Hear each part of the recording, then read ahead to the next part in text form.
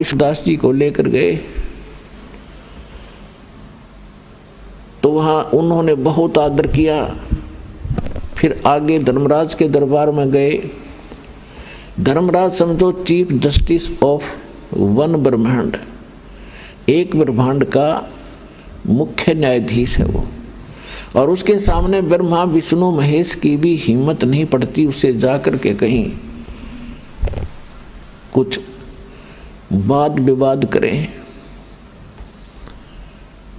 और जो ही परमात्मा धर्मराज के दरबार में पहुंचे, साथ में वो गरीबदास जी, क्योंकि परमात्मा ने उस प्यारी आत्मा का विश्वास दृढ़ करना था कि आई एम गॉड, मैं परमात्मा हूं। जब धर्मराज के दरबार में परमात्मा पहुंचे, वो न्यायाधीश अपने आप कुर्सी छोड़कर खड़ा हो गया। एक ब्रह्मांड का जो न्यायाधीश है वो खड़ा हो गया। अब इसमें क्या होता है कि आध्यात्मिक एक शक्ति है, आध्यात्मिक शक्ति जिसमें जितनी है वो ऑटोमेटिकली सामने वाले को प्रभावित कर देती है, उसके बस की बात नहीं होती। तो जो ही परमात्मा ने वहां प्रवेश किया तो एकदम वो न्यायाधीश एकदम खड़ा हो गया और करबद्ध हो गया। उसको मालूम हो गया कि ये परम शक्ति है कोई। तो परमात्मा ने जाकर के उसको क्या कहा कि धर्मराज कान खोल कर सुन ले मेरी एक वचन। मेरा कोई भक्त हो जिसने ये कह दिया कि मैं कबीर जी का भक्त हूँ, और वो प्रमाणित यानी मेरे अधिकारी संत से जिसको नाम प्राप्त हो, उसका अकाउंट भी मत करना, उसको कोई सजा नहीं देगा तू। तब धर्मराज ने कहा कि परमात्मा जो आपकी आज्ञा, मेरी क्या औकात है मैं आपके भक्त को सजा दे दूं, मैं लाख दुहाई मेरी। लेकिन मेरी एक समस्या है परमात्मा कि आपकी शरण में आने से पहले जिन्होंने जैसे कर्म किए हैं वो यहाँ का विधान है, वो उसको मैंने देने ही पड़ेंगे। मेरी पावर नहीं है कि मैं उसमें कुछ कम और अधिक कर दूं। उसके लिए कोई मेरे लिए कोई विकल्प बताओ, मेरी समस्या हल करो दाता। तब परमात्मा ने कहा कि जो मेरा भक्त ये कहे कि मैं कबीर जी का शिष्य हूँ, उनका बच्चा हूँ, उनका उपासक हूँ, तो उसकी जांच करो कि वास्तव में ये वो है कि नहीं, सच्चा है तो उसके बाद मेरे पास लेकर आ जाना इसकी बही को, अपनी को, इसके अकाउंट को मैं उसको कैंसिल कर दूंगा, साइन कर दूंगा।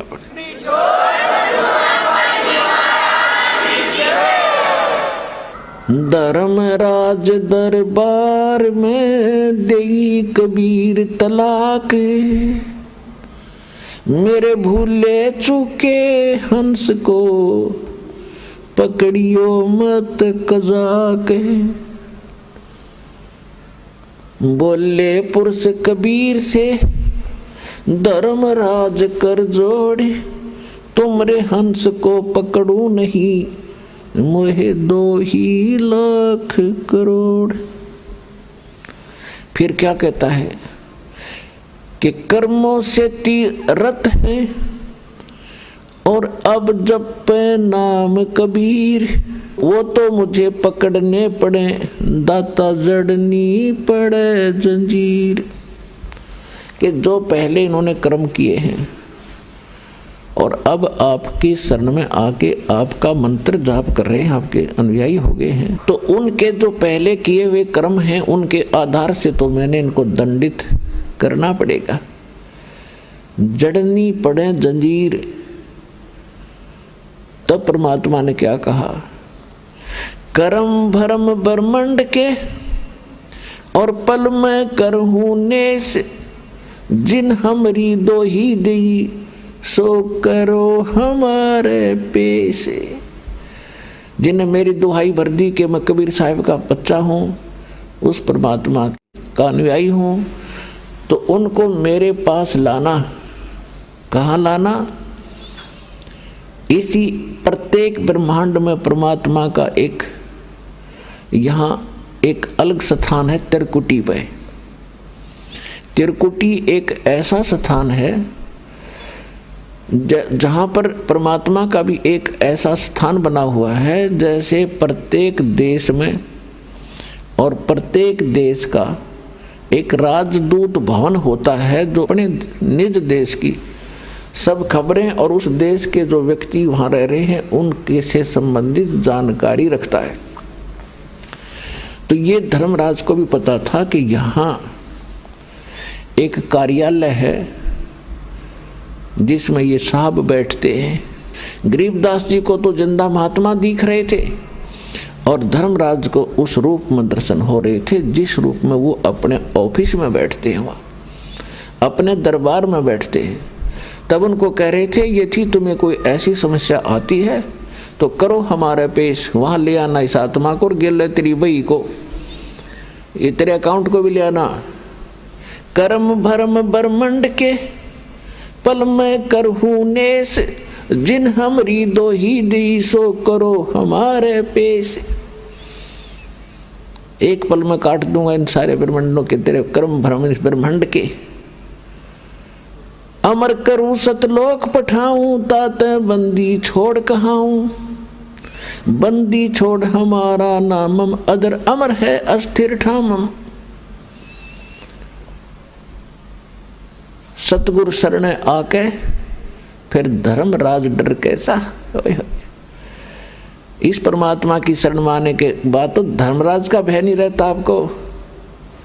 एक भक्त, वैसे तो बहुत भक्तों के साथ ऐसी घटनाएं घटी हैं, तो एक आध भक्त की बात याद रह जाती है। वो कह रहा था कि मैं रात्रि में सो गया, रात्रि में दो काले काले व्यक्ति बड़ी बड़ी कद के वो कहने लगे का मेरे साथ चलो, और मैं न चाहते हुए उनके साथ उड़ लिया, विवश पता नहीं क्या हुआ। और मैं जब एक महल सा दिखाई दिया काफ़ी निकट सी, तो मैंने पूछा भाई कहाँ ले जा रहे हो मुझे। उन्होंने कहा कि तेरे को धर्मराज के पास पेश करेंगे, और कहा फिर क्या करोगे, उसके बाद जो आदेश होगा नरक में डालना है या कहीं और भेजना है तो फिर वो ऐसा ही करेंगे। तो उसने कहा कि मुझे फिर बात याद आई कि गुरुजी बताते हैं कि भी हमें तो यम के दूत लेने आ ही नहीं सकते। तो पहले तो ये सोचा कि शायद मेरी कोई करनी में फर्क तो नहीं पड़ गया, कोई भक्ति में। फिर उसने सोचा कि अब क्या बने, गुरुजी का तो आदेश है कि यम के दूत लेने नहीं आ सकते। तो मैं वहीं अड़ गया, खड़ा हो गया। कहने लगा भाई तुम नहीं ले जा सकते मेरे को, तुम यम के दूत हो क्या? हाँ हम यम के दूत हैं। कि भाई तुम नहीं ले जा सकते, पता है तुझे मैं कबीर साहब का उपासक हूँ, भगवान कबीर साहब का बच्चा हूँ। तो बोले चल चल तो आगे न, आगे बात फैसला होगा। वो मुझे आगे की सीटें में पाछे न खिसकूँ तो मेरी उनकी झगड़ा हो गया, गुट्टम गुट्टा। दोनों में से एक बोला भाई पहले पता करा, कदे गलती लाग रही हो, इतना कॉन्फिडेंस से ही आदमी कह रहा है, कदे हम इसने खाम खा पीटे फिर हमें सजा मिला है, जा पूछ के आ तू। एक मेरे पास खड़ा रहा, एक अंदर गया। धर्मराज से प्रार्थना की, महाराज जिस व्यक्ति को आपने लेने के लिए भेजा है वो कह रहा है कि मैं कबीर साहब का शिष्य हूँ, उनका पुजारी हूँ। एकदम धर्मराज के कहते धौला शरीर हो गया, सफेद पीला पड़ गया चेहरा, और उसने देखा उठा का अकाउंट, और मैंने न्यू के न्यू बोलते सुने। वो कह रहा है कि इसने वापस छोड़ दो, मरवाओगे मुझे भी। ये नहीं, वो दूसरा था भाई।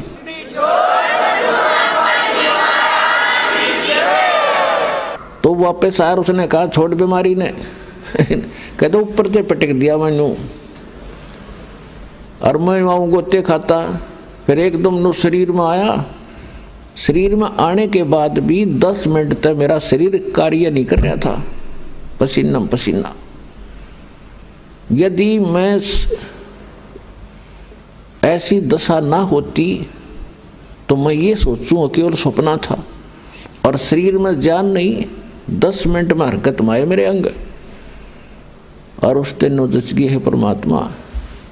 मेरी तो आज मौत थी, और जाना था, परमात्मा की समर्थता से और परिचित हुआ, दृढ़ता आई भक्ति में।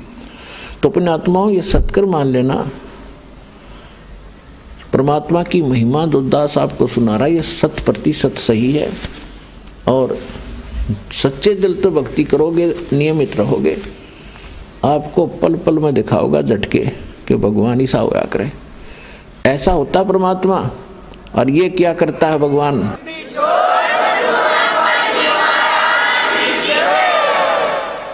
उसके बाद परमेश्वर कबीर जी गरीबदास जी को सचखंड लेकर गए, 11वां द्वार पार किया, उसके बाद 12वां द्वार पार किया। अभी तक 10वां द्वार इसके ऊपर खड़दू उतार रखा था, बस लास्ट था 10वां द्वार। और एक ये जम्मू के अंदर एक मधु परमहंस कबीर पंथी, कबीर साहब की वाणी पढ़े हर सुनावर ने कहा मेरे जैसा ज्ञान ब्रह्मांड में नहीं। 11वां द्वार पा गया, 11वां द्वार, 11वीं खिड़की, आज तक किसी ने नहीं बताया। उसके प्रवचन सुने, उनके साथ ये आध्यात्मिक ज्ञान चर्चा भी आपने सुनी थी कल। तो ये नकली आदमी है, न कख का पता नहीं, कह ख का पता नहीं, ना भक्ति मार्ग ठीक, ना इनका ज्ञान सही। ये सदग्रंथों को ढंग से पढ़ कर समझ भी नहीं पाए, भक्ति तो बहुत दूर की बात है। तो 12वां द्वार पार करके सचखंड में जाया जाता है, सतलोक में। 11वां जो द्वार है वो परब्रह्म यानी अक्षर पुरुष के लोक में खुलता है।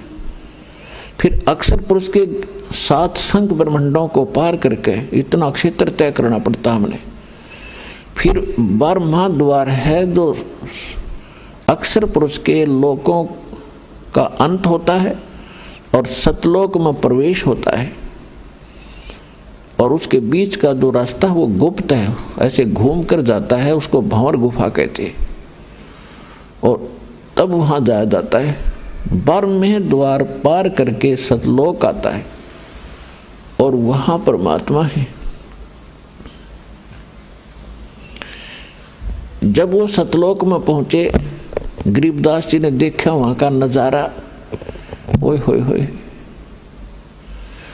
पुणात्माओं, यहाँ तो उस स्थान की महिमा की कोई तुलना भी नहीं कर सकते, किसी से हम कंपेयर करके आपको बता नहीं सकते।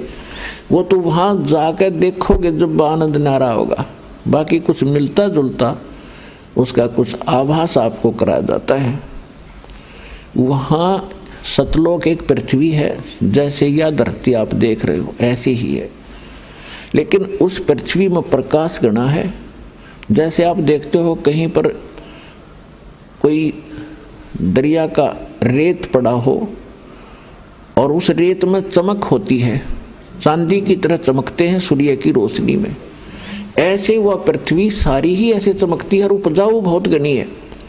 वहाँ पर सब बाग बगीचे हैं, झरने बहते हैं। यहाँ तो पत्थर के पहाड़ हैं, वहाँ हीरे और पन्ने होते हैं। इनके वो पहाड़ हैं, मोतियों के पहाड़ हैं। यहाँ तो कंकर पत्थर हैं, वहाँ मोतियों हीरों के पहाड़ हैं। और उन्हीं में बीच में पृथ्वी रेत है, उन्हीं में बाग बगीचे हैं, झरने बहते हैं। सफ़ेद रंग के सभी वहाँ सब वस्तुएं सफ़ेद कलर की होती हैं, यानी और एक तत्व से बनी हुई होती है। वहाँ मनुष्य भी ऐसे ही जैसे यही आकार है, स्त्री हैं, पुरुष हैं, आपके पूरे परिवार हैं। वो परिवार के आप साथ ही आए थे, इकट्ठे डूबे थे, कब इस काल के साथ हम इकट्ठे आए थे। और वो परिवार आज पता नहीं कहाँ कहाँ भटक रहे हैं, कोई कहीं कोई कहीं। तो वहाँ जाकर आप फिर से ऐसे ही परिवार बनेगा जैसे आपका यहाँ हुआ है। और ये परिवार तो आपका है ही नहीं, आज पता नहीं किसकी मृत्यु हो जाए। आज आप अपने बच्चों में, अपने परिवार में, अपने माता पिता पति पत्नी में आप कितना मोह करते हो, कितना प्यार से रहते हो। और यहाँ पता नहीं कब किसके ऊपर के बिजली गिर जाए, ऐसे गंदे लोक में हम रह रहे। अब यहाँ हम अपने परिवार में कितने प्यार से रहते हैं, फिर मृत्यु होती है, फिर हम टक्कर मार मार कर रोते हैं।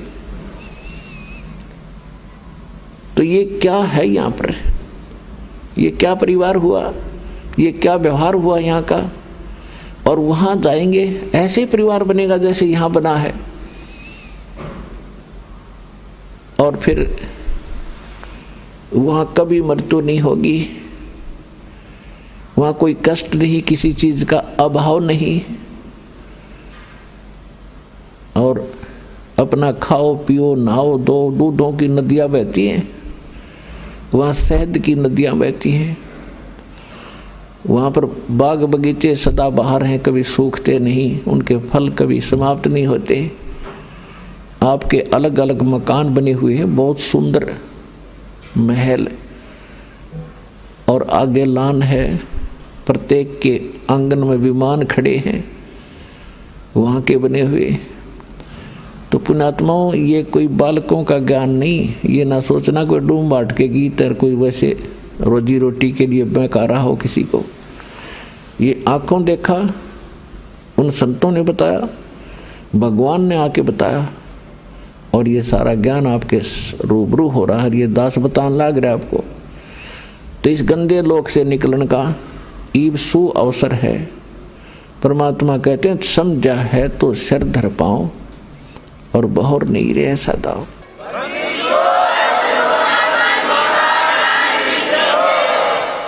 और यहाँ की किसी वस्तु की इच्छा आपके मन में नहीं रहनी चाहिए। प्रथम तो यो ज्ञान ऐसा है कि यहाँ कति हृदय हटा देगा आपका इस गंदे लोक तय। यो लोक ठीक नहीं है, यहाँ की व्यवस्था सारी व्यर्थ है। देखो, ये तो आपने मान लेना चाहिए कि यहाँ से तो आपकी मृत्यु होगी, डेफिनेट होगी। वो कब होगी वो समय निर्धारित है।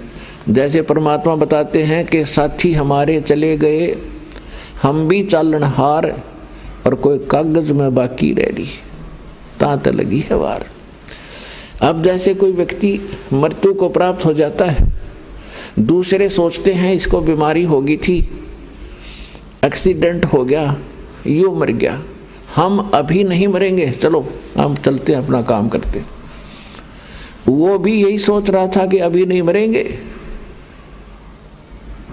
तो यहाँ कहते हैं ना जाने काल की कर डारे, और किस विध ढल जा पास आवे, और जिनाते सरते मौत खुड़क दी, उनानो केड़ा हासावे।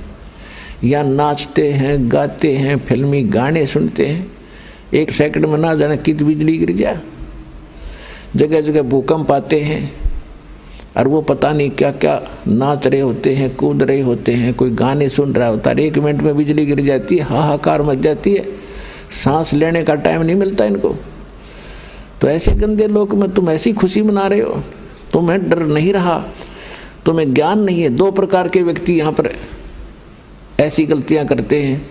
एक तो कति बालक होते हैं, उनको ज्ञान ही नहीं, वो सर्प को भी पकड़ लेते हैं, आग में भी हाथ डाल देते हैं।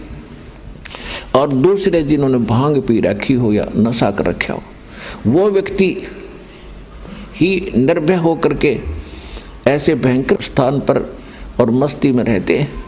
इस ज्ञान से वह भांग उतारी जाती है, वो नशा उतारा जाता है, और वो बालक की बुद्धि आपकी समाप्त की जाती है, आपके विचार मैच्योर किए जाते हैं, मजबूत किए जाते हैं, स्वस्थ किए जाते हैं कि ये लोक ठीक नहीं है, यहाँ का भगवान ठीक नहीं है, यहाँ का कोई भी व्यवहार ठीक नहीं है। यहाँ से पीछा छुटवाने का समय केवल अब आया है। ये 4 युगों के बाद यही समय होता है। यह बिचली पीढ़ी अब प्रारंभ हुई है। 1951 में दास का जन्म हुआ, 1947 को भारत आज़ाद हुआ। उसके बाद शिक्षा धीरे धीरे पनपी है, ना कोई शिक्षा के निकट नहीं जाता था। और अब शिक्षा की इतनी आवश्यकता महसूस करवा दी भगवान ने, दया करी दाता ने, कि बच्चा बच्चा पढ़ा दिया अपने सब ने। चाहे जिसका बिल्कुल ब्योत नहीं है, गरीब भी व्यक्ति हो, विचारता बेटा बेटी ने खूब पढ़ा दूं, अच्छा इनको शिक्षा दिवा दूं। तो इस शिक्षा का परमात्मा ने प्रेरणा की, और इस शिक्षा का लाभ आपको ईब मिलेगा। यहाँ बड़ी अच्छी बात है, शिक्षा ग्रहण कर ली, पढ़ लिए बच्चे, बहुत अच्छी ट्रेनिंग भी कर गए। 1 करोड़ बच्चे पूरे हिंदुस्तान में शिक्षा पूरी करके और अपने रोजगार के लिए चल पड़ते हैं। कितनों को नौकरियां मिलती हैं? मान लीजिए 10% ने 10 लाख ने मिल गई 1 वर्ष में नौकरी, तो 90 लाख क्या कर रहे हैं? उनको तो कोई राहत मिली नहीं, अपना वही दैनिक कार्य जो परंपरागत होता है उसी को कर रहे हैं। तो इसका उद्देश्य ये था दाता ने आपको शिक्षित कराने का कि आप भगवान पहचान सकते हो और सदग्रंथों को देख सकते हो, विश्वास कर सकते हो कबीर इज गॉड, हमारे सदग्रंथ क्या बताते हैं। और इसको जानकर आप फिर सतलोक की भी इच्छा करोगे। जब आप यहाँ छोटी मोटी कोई जॉब प्राप्त करने के लिए कितने संघर्ष करते हो, न्यौछावर हो जाते हो, 20 वर्ष तक बच्चे को पढ़ाते हो, खूब खर्चा करते हो कि किसी प्रकार इसको ये वस्तु प्राप्त हो, सुखी हो। और जब आपको पता चलेगा कि ये तो इससे हटकर भी एक और वस्तु है जो इस मनुष्य जीवन से हमने करनी थी और बच्चों से करवानी थी, वह भूल रहे थे, वो अब पता चलेगा। इसका यही काम है। शिक्षा नहीं देता दाता आपको, चारों योग चले गए। अगर छोटा मोटा अक्षर ज्ञान होता था तो उसको रोजी रोटी आधार नहीं होता था। आज तक आप देख रहे हो, अपना इतिहास देख लो, हिंदुस्तान का इतिहास देख लो, पिछला 100 वर्ष 200 वर्ष 300 वर्ष कौन पढ़ा करता था? एक ब्राह्मण वर्ग था, संस्कृत पढ़ा करते थे, वो परंपरागत और सदग्रंथों को जानते थे। उनका यही काम दे रखा था कि आप इन सदग्रंथों को पढ़ो। आप फ्री छोड़ दिए समाज ने, ब्राह्मण वो लोग, कि तुम इन सदग्रंथों को पढ़ो, शिक्षा ग्रहण करो और हमें समझाओ। अब उन्होंने उनके लिए उनकी वो भी रख दी, वे तुम्हारी पूजा भी देंगे, दक्षिणा देंगे तुम्हें, तुम अपना एक का काम करो, अपना परिवार पोषण भी करो और सदग्रंथों को पढ़ो और हमें समझा दो, इतनी सी बात। तो इन ब्राह्मणा गया समझ में नहीं आई सदग्रंथ। और परमात्मा आए 600 वर्ष पहले, ये सच्चा ज्ञान बताने लगे तो विरोध कर दिया, इन ब्राह्मणों ने करवा दिया। ब्राह्मण कोई जाति नहीं है पुणात्माओं, क्योंकि हम अपने अपने वर्ण में पैदा होकर उसी को सत्य मानते हैं, श्रेष्ठ मानते हैं। और कोई उसके विषय में थोड़ा सा बोलता है तो हमें दुख होता है। ये भी हमारी बाल बुद्धि ही होती है, बचपना ही होता है। अब देखो, ब्राह्मण, आज हम ब्राह्मण कुल में जन्मे हैं, मृत्यु के बाद हम शूद्र घर में भी जन्म ले सकते हैं, क्योंकि हमारे संस्कार बहुत पुराने आपस में रले मिले। और हम पशु पक्षी योनि में भी जाएंगे। फिर भी ब्राह्मण कोई जाति से नहीं होता, कर्म से होता है। जो ब्राह्मण यानी पंडिताई गुरुआई करते हैं, जो ज्ञान प्रचार करते हैं, उनको ब्राह्मण कहते हैं, विद्वान कहते हैं। मेरे पूज्य गुरुदेव जी ब्राह्मण कुल में जन्मे थे। गांव बड़ा पैंतावास, जिला भिवानी, चरखी दादरी के पास एक गांव है। ब्राह्मण कुल में जन्मे थे और वो कभी ब्राह्मण नहीं कहते थे, आप अपने आप को एक भक्त या संत कहते थे। और मेरे दादा गुरुजी यानी गुरुजी के गुरुजी गांव छावला दिल्ली में, गांव छावला दिल्ली के वो जाट थे।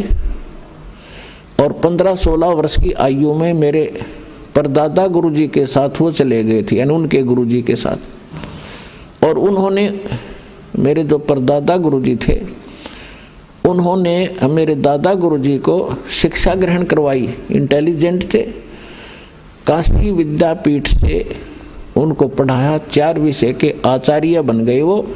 और उनको पंडित चिदानंद नाम से जाना जाने लगा, पंडित ब्राह्मण।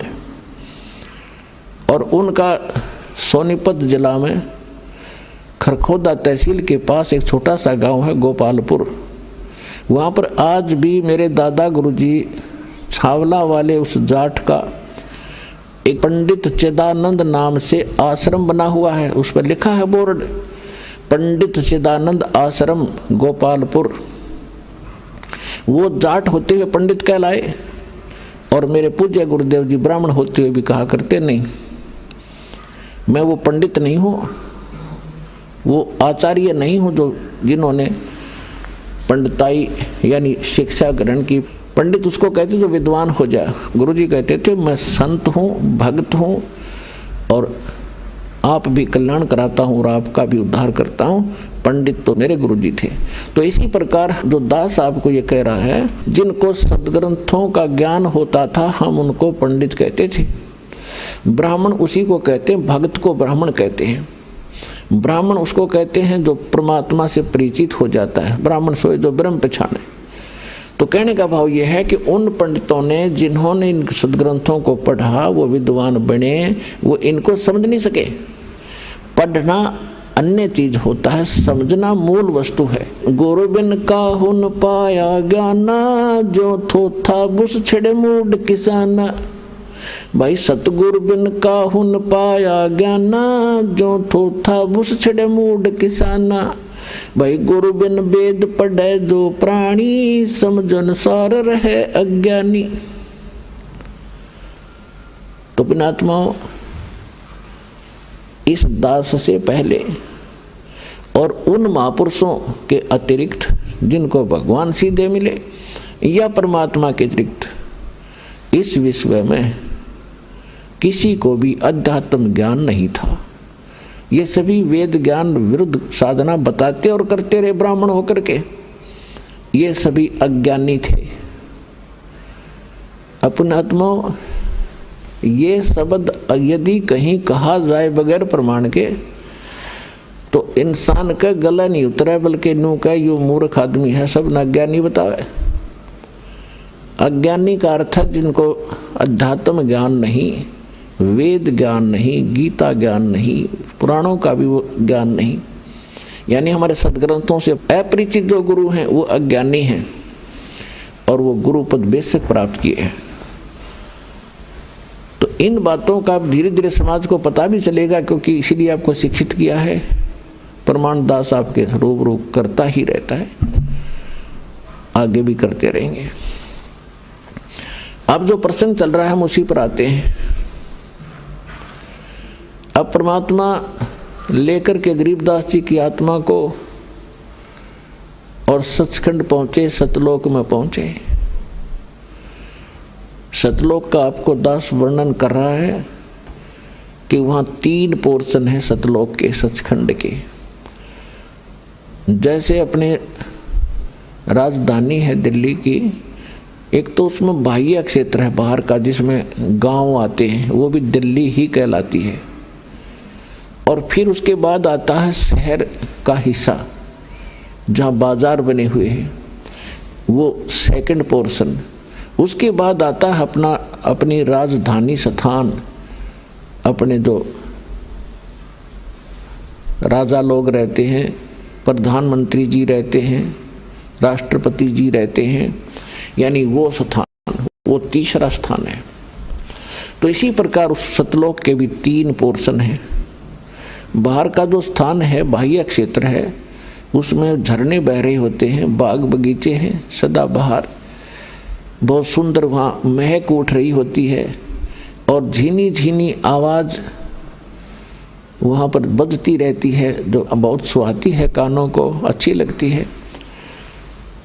तो वहाँ कोई दुख नहीं, कोई कष्ट नहीं, कोई रोग नहीं, राग द्वेष नहीं, अभाव नहीं किसी वस्तु का, जिस कारण से वहाँ राग द्वेष नहीं। और सबको एक जैसा शरीर है, सबको एक जैसा ही वहाँ पर व्यवस्था उपलब्ध है। वहाँ कोई छोटा और बड़ा नहीं, वहाँ कोई अमीर और गरीब नहीं, वहाँ कोई शूद्र और उच्च वर्ण के नहीं, ब्राह्मण नहीं। तो वहाँ पर राग द्वेष होता ही नहीं। और वैसे भी वो शरीर जो आपको मिलेगा वो सुक्रम कायम ऐसना विरम, वहाँ जो आपको शरीर प्राप्त होगा उसमें नाड़ी तंत्र नहीं होगा, एक तत्व से बना हुआ होगा। उसकी बनावट और उसके अंदर जो मशीनरी है वो बहुत अच्छी होती है, वो कभी नाश नहीं होती। और वहाँ जो आप खाते पीते हो वो कहीं विसर्जन करने के लिए नहीं जाना पड़ता, उस बॉडी में उतना ही कंज्यूम हो जाता है। उसमें एक ऐसा सिस्टम मालिक का बनाया हुआ है। तो कहने का भाव ये है कि वो सुख हम यहाँ खोज रहे थे युगों से।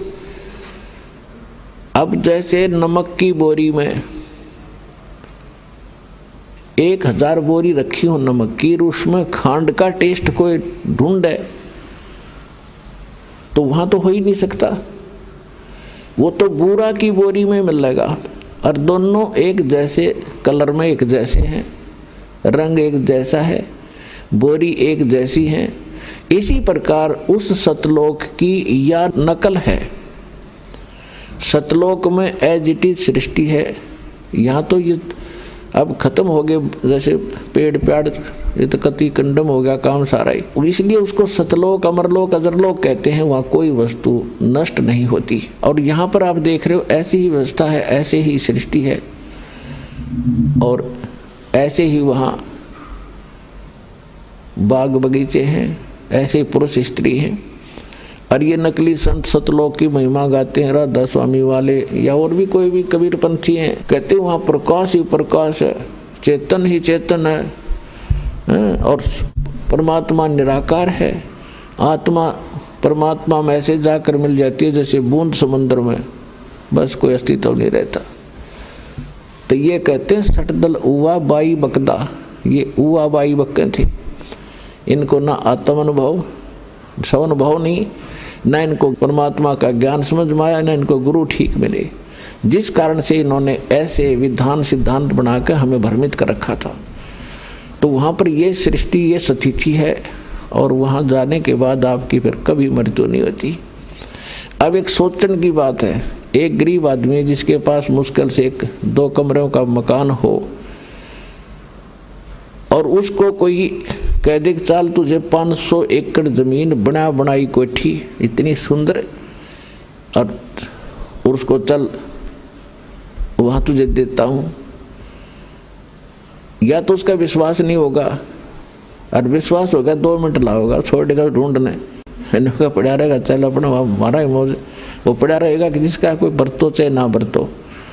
तो ऐसा ही है जो दास आपको बता रहा है, या तो आपका विश्वास नहीं होगा लेकिन विश्वास दास करा के छोड़ देगा।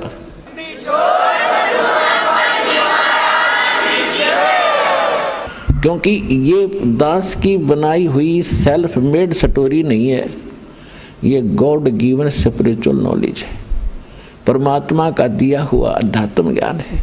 और जिन महापुरुषों ने देखा उनका बयान है, वो बयान आपको सुना रहा है दास। आप उस बयान को पढ़ नहीं सके, समझ नहीं सके, इसलिए एक वकील की जरूरत पड़ती है। इसी प्रकार दास आपका वकील का भी काम करेगा उस परमात्मा के दरबार में। कर ले गुरु वकील मुकदमा भारी है, भाई कर लो गुरु वकील मुकदमा भारी है। ये बहुत भारी मुकदमा है, इसके लिए वकील की जरूरत पड़ेगी, वकील भी पूरा हो। जिन विधान का नहीं पता, संविधान का नहीं पता और वो वकील बने फिरे हैं, दस यानी नकली संत बने फिरते हैं, ऐसे संतों को करने का, ऐसे वकीलों को भी करने का कोई फायदा नहीं जो वहाँ जवाब ना दे सके।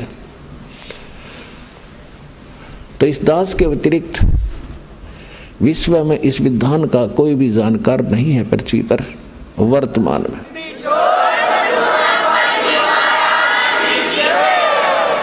परमात्मा गरीबदास जी को लेकर गए जिंदा महात्मा के रूप में, और गरीबदास जी देखकर उस लोक को होए हैरान रह गए।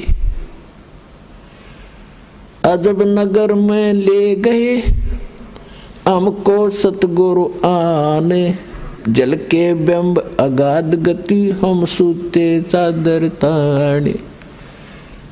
अजब नगर में ले गए भगवान मुझे खुद आकर के, ये प्रमाण दे रहे हैं गरीबदास जी, अपना एफिडेविट बता रहे हैं वाणी में। तो वहां जाकर क्या देखा कि परमात्मा बैठे हैं सिंहासन के ऊपर, ऊपर सफेद छत्र और सिर पे मुकुट है, जैसे राजा विराजमान होते हैं।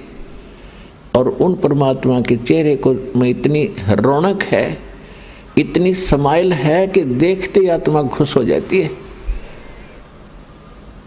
और जो ही गरीबदास जी ने देखा कि ओहो ये बैठे हो भगवान, तो भाई हो न देखते ही रह गया उनके चेहरे की तरफ। उधर से एक परमात्मा अपने दूसरे रूप में, जिंदा महात्मा के रूप में जो नीचे गए थे, वही जाकर के एक चंवर उठाते हैं। चंवर जैसे आप देखते हो यहाँ ग्रंथ साहिब पर करते हैं, पीछे ये घोड़ी के से बाल से आ रहे सफेद सफेद, ऐसा चंवर करते हैं और उठाकर चंवर करने लगे जो सिंहासन पर बैठे भगवान के ऊपर। अब गरीबदास जी देख रहे हैं कि ये बाबा जी जिंदा महात्मा यहाँ का, इनका कोई शिष्य है, यहाँ का नौकर है, सेवक है, जो भगवान पर चंवर कर रहा है, और परमात्मा ये है जो सिंहासन पर बैठे।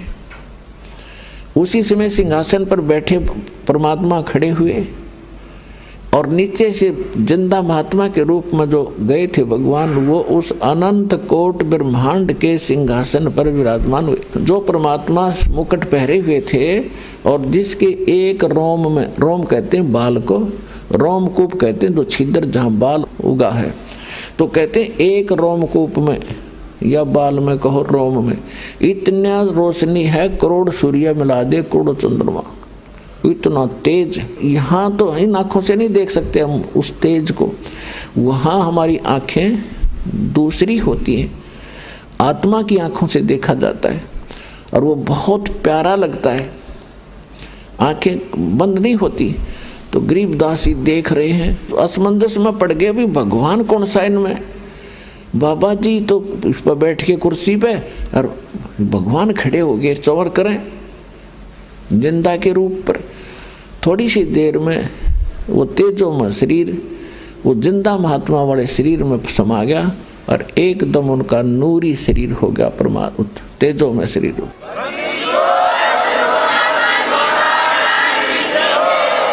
और चंवर अपने आप हवा में हो रहा है, से अब हवा में ऐसे घूम रहा है। अब गरीबदास जी असमंजस में पड़ गए, आश्चर्यचकित हुए।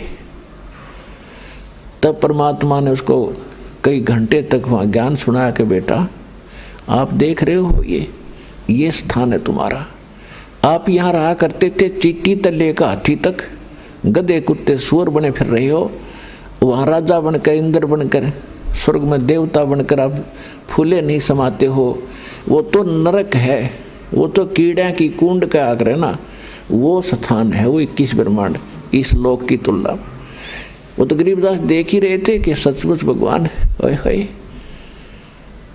अब कहते हैं गरीबदास जी को मालिक ने बताया कि मैं भाई चारों युग में जाता हूँ। जो उन्होंने उनको कथा सुनाई सारी, वो ज्यों की तो गरीबदास जी ने आकर नीचे बोली और वह नो की नो लिखवा दी गई।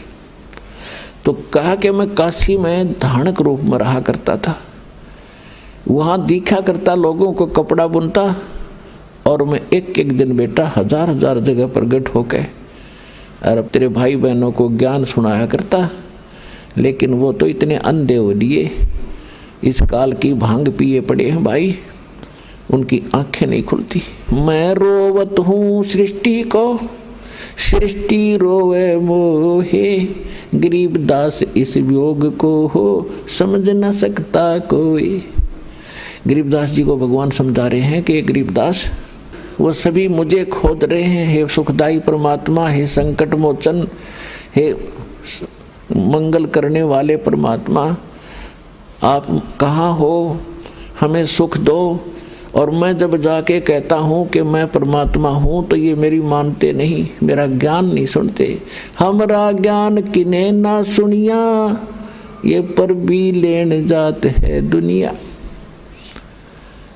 पर भी नहाने जाते हैं कुंभ के मेला पे और उड़े कत्लेआम हो जाता है, एक्सीडेंट दुर्घटना में मर जाते हैं और कोरा पाप कमाते हैं, वहाँ कोई लाभ नहीं। उन बच्चों को काल ने इनको इतना भ्रमित कर दिया। तो गरीबदास जी कहने लगे परमात्मा अब मुझे यही रख लो। परमेश्वर ने कहा बेटा ऐसे नहीं रखा जाता। जैसा आपको पहले बताया था दास ने कि काल भगवान का और परमात्मा का एक एग्रीमेंट हुआ था।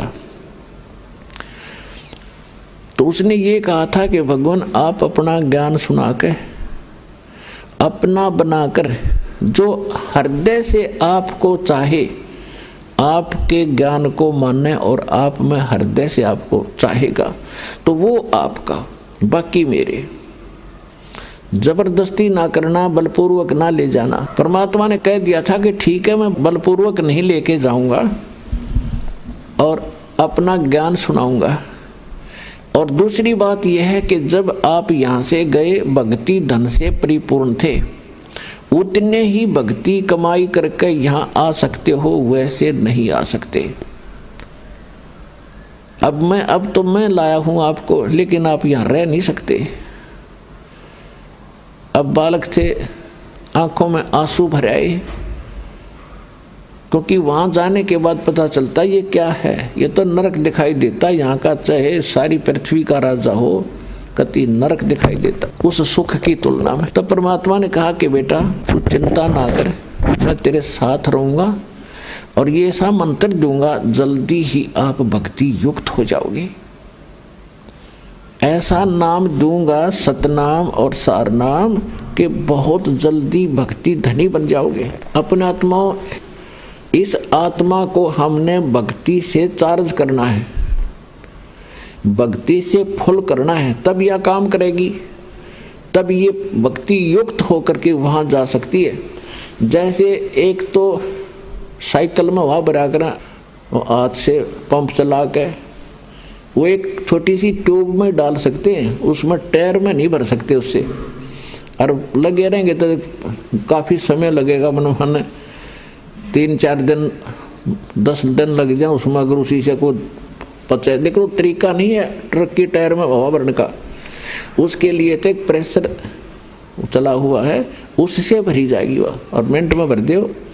इसी प्रकार जो भक्ति विधि मैं बताऊंगा गरीबदास, वो इतना गजब की होगी कि थोड़े ही समय में तुम्हारे टायर भर जाएंगे, फुल हो जाएंगे।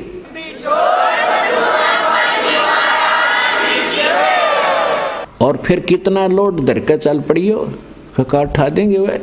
तो जब भक्ति युक्त आत्मा हो जाएगी, फिर इसमें कोई रोक नहीं सकता। आस्था वहाँ हो जहाँ आशा ता बासा होई।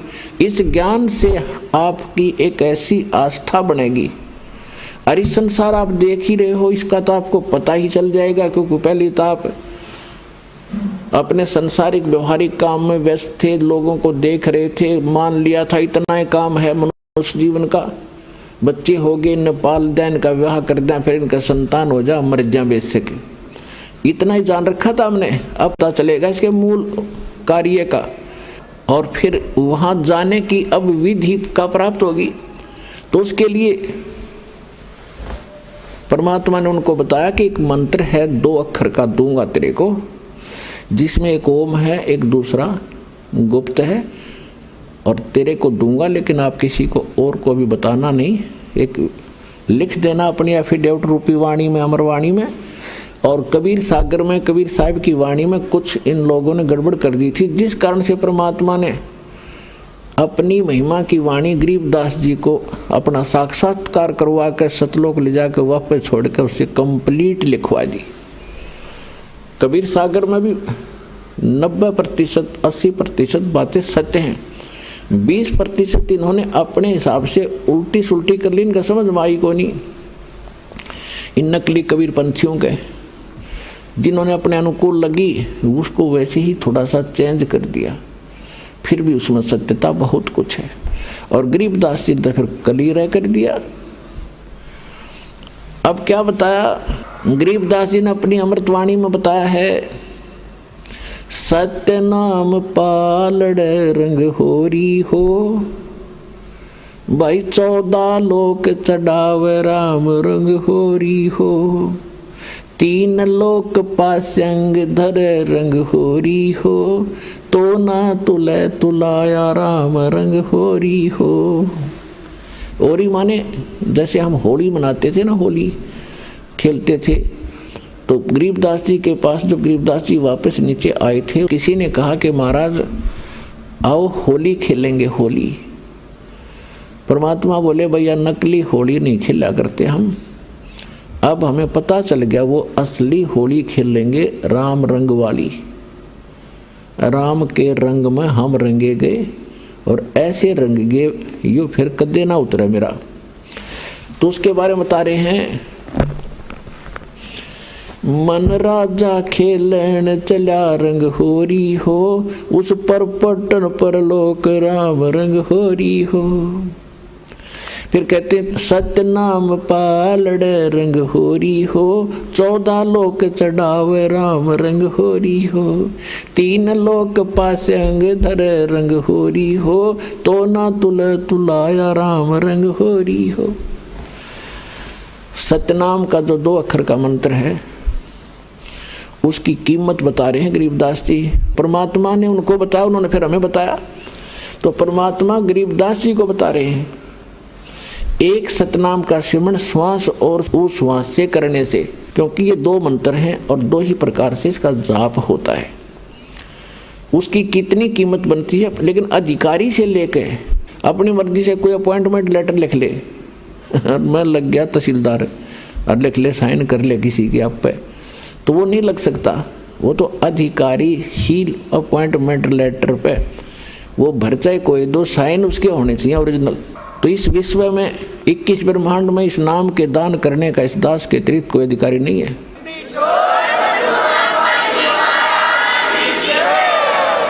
और यदि कोई नकली इस दास से ये मंत्र सभी प्राप्त करके और अपने आप दुकान खोल कर बैठ गया, नाम देने लग गया किसी को, तो सबसे बड़ा दुश्मन है मानव समाज का। अपना नाश करेगा और 100-200 हज़ार को और ख़राब करके उनका भार भी सिर पर धर लेगा। तो उनसे भी सावधान रहना है, ऐसे नकलियों से बचना है और बचाना है अपने भाई बहनों को, मानना उनको प्यार से। देखो यूँ मार्ग है प्यार का, इसमें धक्का नहीं चलेगा। भगवान का अनुबंध है, उस काल के साथ एक एग्रीमेंट है कि ज़बरदस्ती ना करना।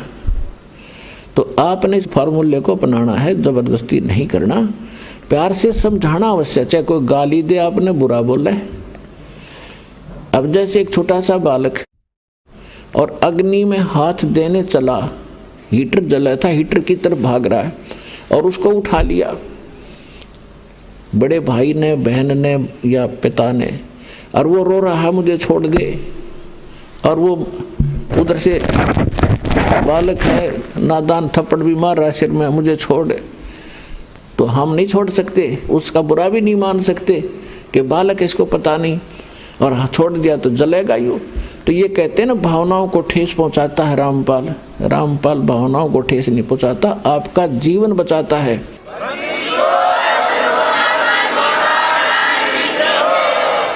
अब प्रारंभ में जब ये ज्ञान धीरे धीरे प्रचार शुरू किया, टीवी माध्यम से जाने लगा, तो भक्तों के पास अनजान लोगों के ऐसे बुरे फोन आते थे, गालियां देते थे, तुम क्या कह रहे हो, ब्रह्मा विष्णु महेश को नासवान बता रहे हो, तुम्हें ये कर देंगे वो कर देंगे। इनसे प्रार्थना कर रखी थी, भाई बोलियो ना, सुनते रहो पर चलते रहो। एक दिन आवेगा, इनकी भांग उतरेगी, ज्ञान सामने रखा हुआ है, और अब भी नहीं समझेंगे, फिर तो पत्थर हैं ये। और फिर जान बूझ साची तजय करे झूठ ने, ताकि संगत है प्रभु सोपन में भी ना दे। आंखों प्रमाण देख के और फिर भी नहीं मानेगा तो पत्थर आदमी है, कहते इसे नालायक के तो सपने में भी ना मिला हमने। तो इसी प्रकार आपका प्रयत्न है, प्रत्येक भाई बहन को समझाओ, और कोई ऐसी गलती कर रहा है उसको समझाओ, क्यों पाप का भागी बन रहा है, ऐसी गलती मत करो। आप भी दोबारा उपदेश लो वहाँ जाके, और इनको छोड़ो भगवान के बच्चों के। ये तो पहले दुश्मन बतेरे थे, ये काल के दूत नरे भेज रखे काल ने, इनको मिसगाइड कर दिया। सारे सबकी दुर्गति हो रही है, भक्ति भी कर रहे हैं, साधना भी कर रहे हैं, जो भी कोई क्रिया बताता वो भी कर रहे बेचारे, और फिर भी दुखी, क्योंकि वो शास्त्र विदिता कर्मन माना आचरण है, वो सत्य भक्ति नहीं है, शास्त्र अनुकूल नहीं है। शास्त्र अनुकूल भक्ति और पूरा कोर्स सतलोक आश्रम बरवाला जिला हिसार हरियाणा के अतिरिक्त विश्व में नहीं है।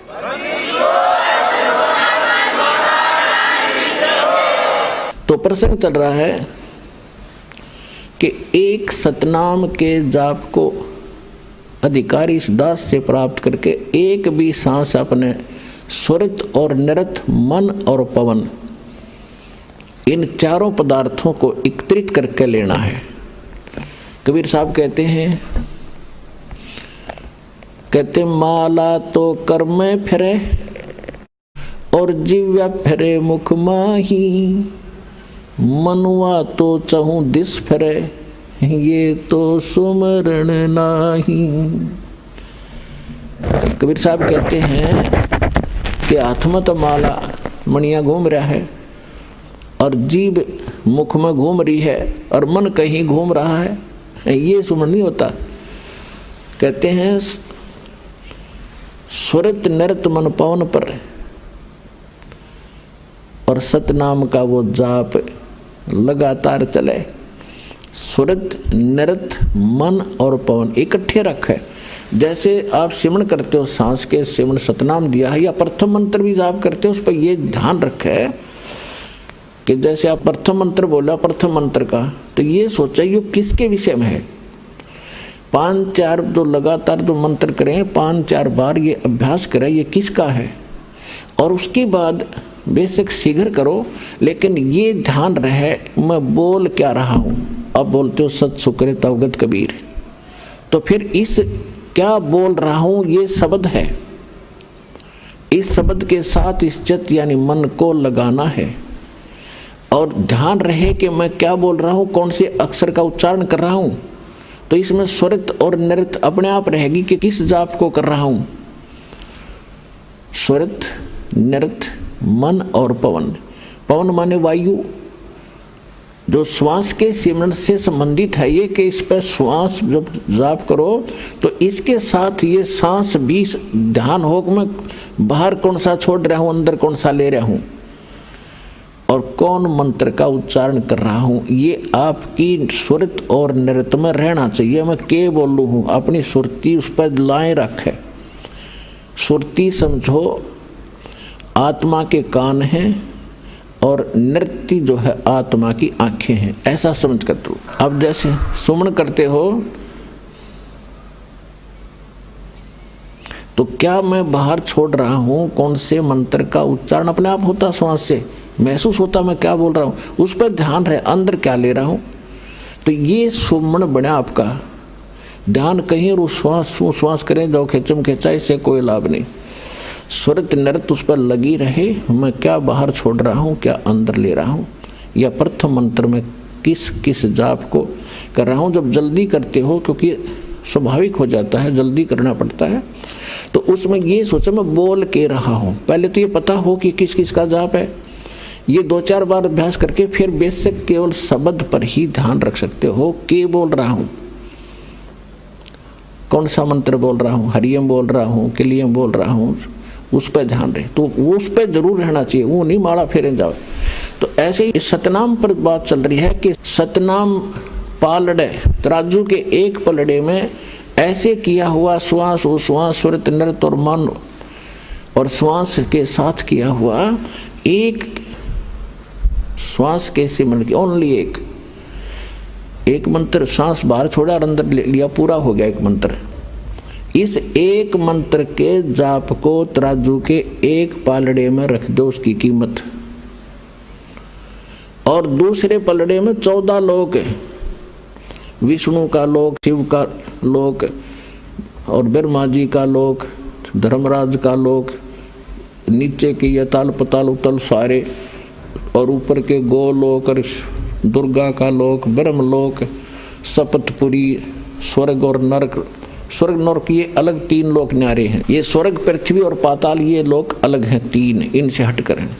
तो क्या बताया है कि ये 14 लोक उस महास्वर्ग तक दूसरे पालड़े में रखते सतनाम के श्वास के से तोलने के लिए, और 3 लोक ये पृथ्वी पाताल और स्वर्ग लोक ये तो पास्यंग रखा है। पास्यंग क्या होती है आजकल के एजुकेटेड बच्चों को पता नहीं, क्योंकि ये ज्ञान गूढ़ रहस्य है और अपनी लोकल लैंग्वेज में ये एक सूक्ष्म वेद है।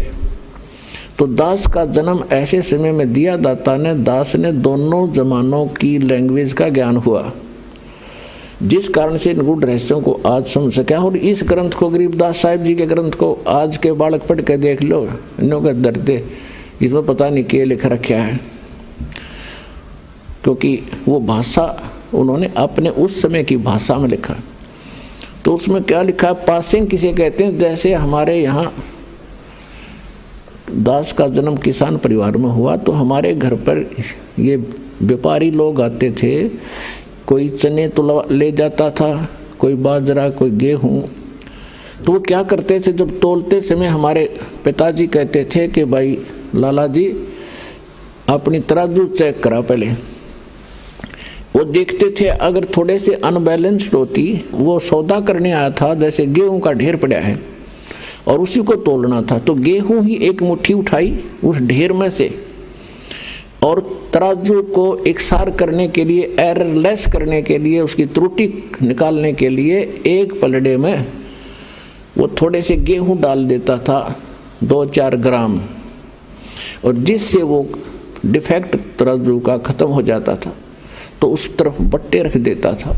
और फिर उसके बाद वो सौदा कणक का तो घनौट था, वो पासिंग का तो कोई सौदे में अकाउंट है नहीं उस पासिंग का, तो जो रखे थे इतने गेहूं, तो ये पासिंग समझो।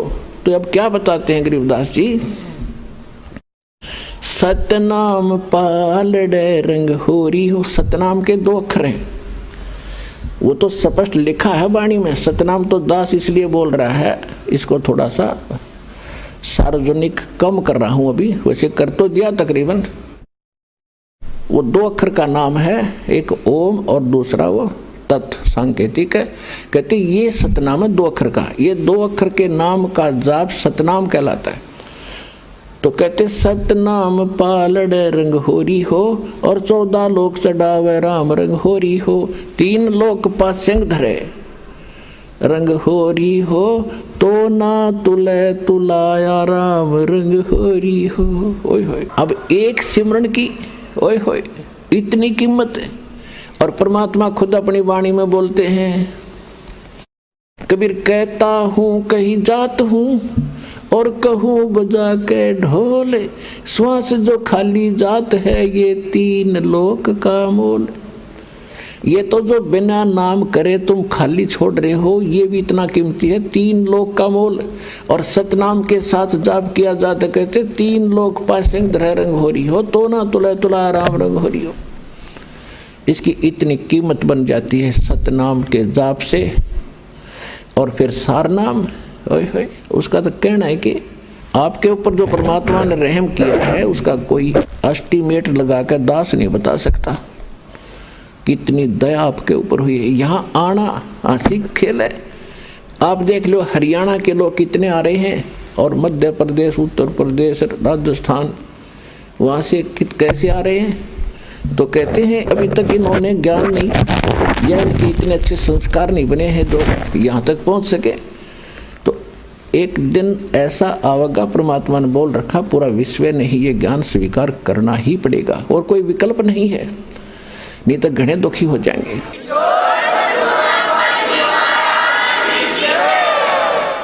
तो इस प्रकार गरीबदास जी से कहा कि बेटा तू जा, वापस जाओ आप, और इस नाम का जाप करोगे ना बहुत जल्दी भक्ति युक्त हो जाओगे।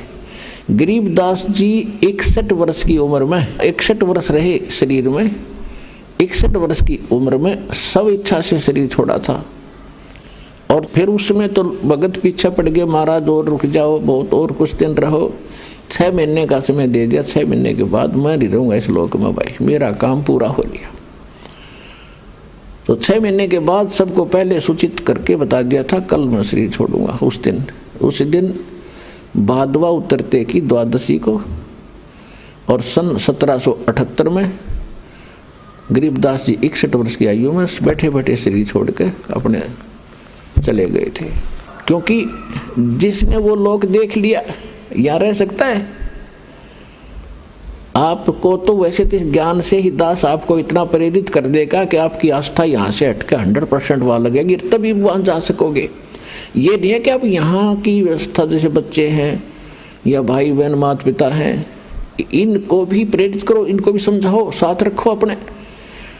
और लास्ट में जब मृत्यु के समय एक ध्यान रखे, किसी भगत की भी मृत्यु होती हो तो उस समय उससे ये नहीं पूछे तेरा कौन याद आव है किसने बुलावा, उसको ये कहे सुरतीला सतलोक में कदे उड़ जाए यहाँ पोते पोतिया में पीछा छुटवा ले, टाइम है तेरा। तो वो थोड़ी भूल पड़े तो उसका याद दिलानी चाहिए, सुमन कर भगत जी, सुमन ना छोड़िए। गरीबदास जी को परमात्मा ने समझा बुझा के और वापस भेज दिया। उधर से क्या हुआ कि पीछे से वो पाली गवाले थे, उनका याद आई 4-5 घंटों के बाद। वो दूर ले गए उन पशुओं को। उन्होंने कहा वो बालक कहाँ है, लड़की का लड़का, उसको लिया उठा कर।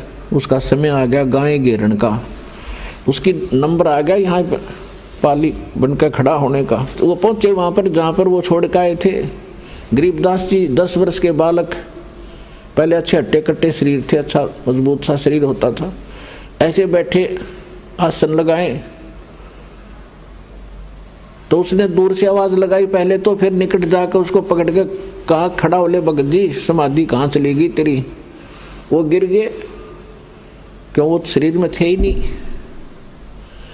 अब उसको देखा सड़कों डॉक्टर ने देखी, खत्म।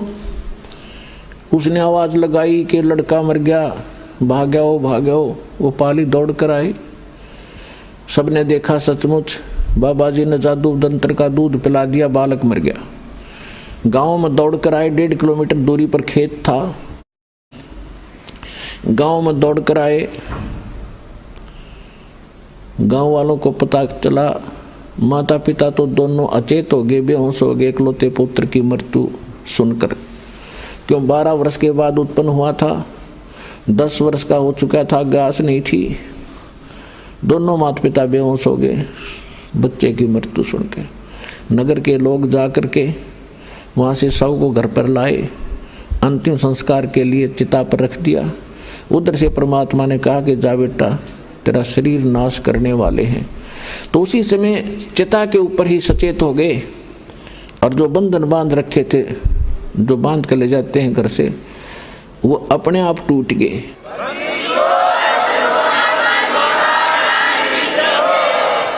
और खड़ा होते ही नीचे उतर आए, उतर कर चल पड़े, और ये वाणी बोलने लगे। जो गरीबदास जी की वाणी का हम पाठ करते हैं, दास उन्हीं की वाणी को अधिक आधार बनाकर आपको ज्ञान सुनाता है। अजब नगर में ले गए हमको सतगुरु आने, जल के बिंब अगाध गुति वासुते चादर ताने। पर पटन व परलोक है जहाँ अदली सतगुरु सारे, भक्ति हेत से उतरे पाया हम दीदारे। इस भाषा को गांव वाले नहीं समझ सकते, और जो मालिक ने उनके अंदर वो ज्ञान फीड कर दिया तो करना ही था कंप्यूटर की तरह, फिर वो बोलने लग गए। क्योंकि परमेश्वर ने कहा था कि बर्म में पंथ में, गरीबदास वाले पंथ में, उस पंथ के प्रवर्तक द्वारा मेरी महिमा की वाणी प्रकट होएगी। वो तो होनी ही थी। और फिर परमेश्वर ने यह भी कहा कि उस बर्म में पंथ में, गरीबदास वाले पंथ में जब वो चल चुका होगा तो उसमें फिर मैं स्वयं आऊँगा और सभी पंथों को खत्म करूँगा। इस ज्ञान से मेरे बच्चों को एक करूँगा, सभी एक होंगे, सबका मोक्ष करूँगा। तो उसी गरीबदास वाले पंथ में ये दास भेज रखा, उस परमपिता ने अपना दास भेज दिया, अपना नौकर भेज दिया। पूरी भक्ति विधि, पूरा कंप्लीट कोर्स, पूरी पावर देके आपको मोक्ष कराने का पूरा प्रबंध दे करके दास को भेज रखा है। ये 100 प्रमाणित समझ लेना, सच समझना।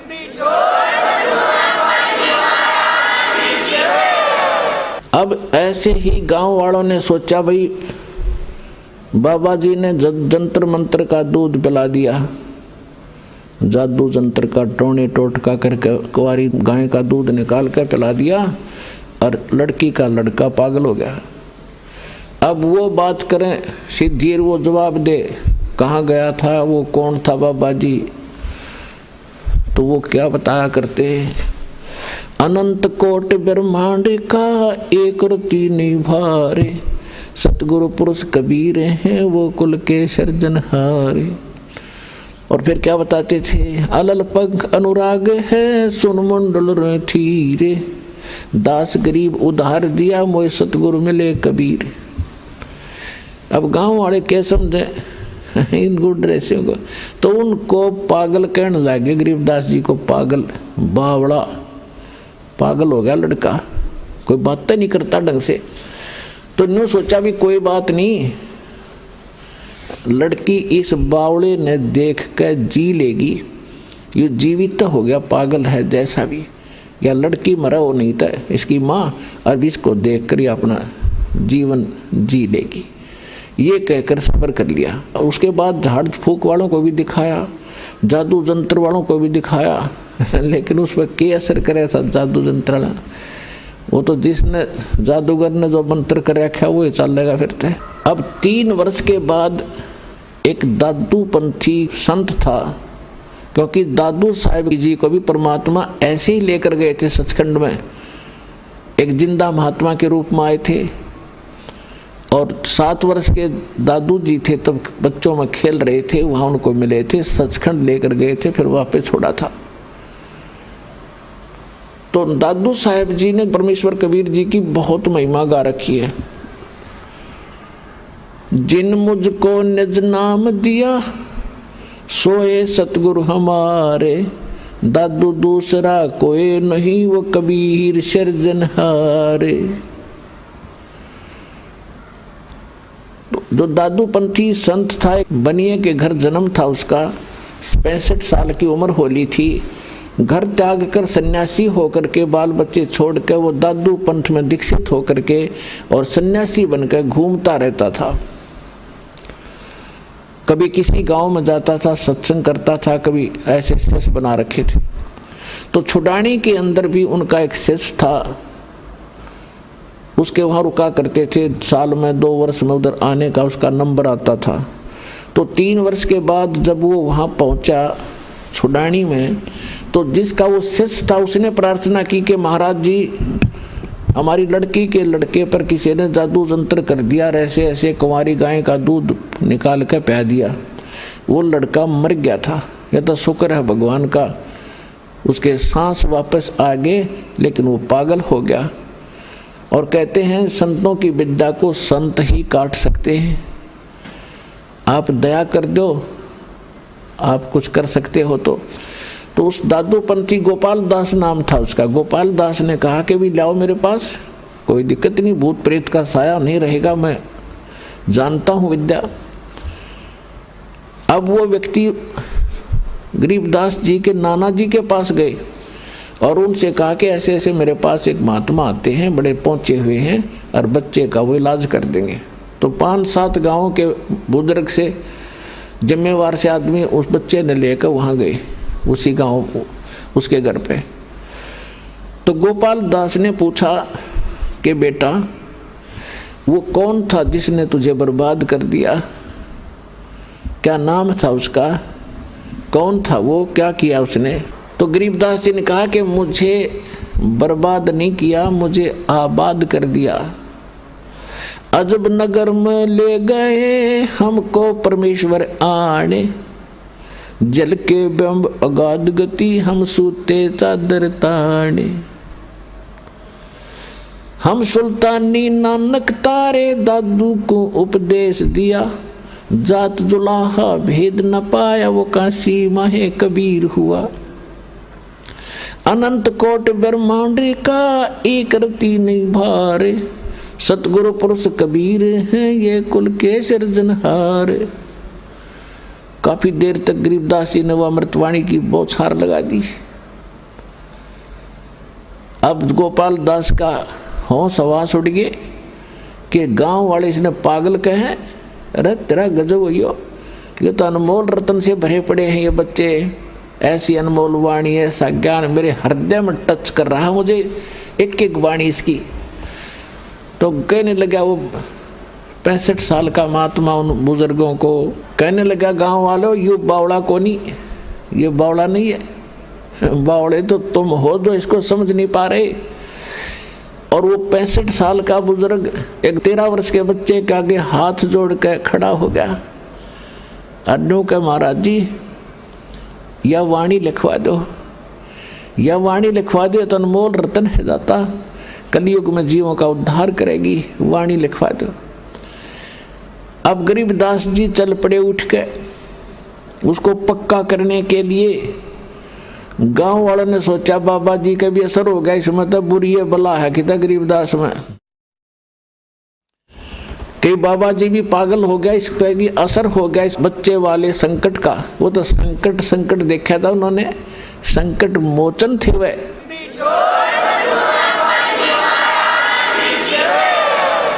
अब 3 दिन तक वो गोपाल दास उनसे विनय कर रहे हैं, जब भी मिल जाते हैं घंटा 2 घंटा उनसे प्रार्थना करते हैं, फिर उठ कर आ जाते हैं।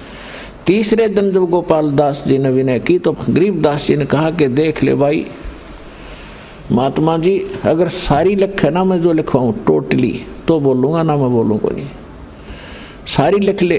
क्योंकि वो लिखना जानता था, गरीबदास जी अशिक्षित थे, तो गोपाल दास लिखा करते थे, गरीबदास जी 13 वर्ष के बालक बोला करते थे। और गरीबदास जी की एक बटबेरी का बाग था, बेरी का बाग, उसमें एक जांडी का पेड़ था, वो बहुत देर तक सुरक्षित रखा भक्तों ने, अब तो वो खत्म हो गया, उसके स्थान पर वैसे यादगार सी बना रखी। तो वहाँ बैठकर लिखा करते थे, वो बोला करते थे गरीबदास जी, गोपाल दास लिखा करते थे। तो लगभग 6 महीने में उनका लेखन कार्य पूरा हुआ। उसके बाद भी वो गोपाल दास ज़्यादातर रहने लग गया उनके साथ, और वो कहीं कोई बात होती तो फिर भी बोला करते थे, तो गोपाल दास साथ साथ लिख लिया करते थे। तो काफ़ी समय तक ये वाणियाँ लिखी गई, ऐसे लिखी गई। तो इस प्रकार देखो वेद बताते हैं कि वो परमात्मा सतलोक में रहता है, सिंहासन पर विराजमान है, नर आकार है, मनुष्य दृश्य है, और वो शरीर है, उसका नाम कबीर है, और वहाँ से चलकर आता है, अच्छी आत्माओं को मिलता है। और जब वो परमात्मा धरातल पर शिशु रूप धारण करके आता है तो कंवारी गायों का दूध पीता है। तो ये लीलाएं की किसने? आज तक किसी भी संत महापुरुष या जिसको हम भगवान मानते थे उनकी किसी हिस्ट्री में दिखा दो जो वेदों से मिलती हुई लीलाएं की हो। तो he is God, Kabir is God.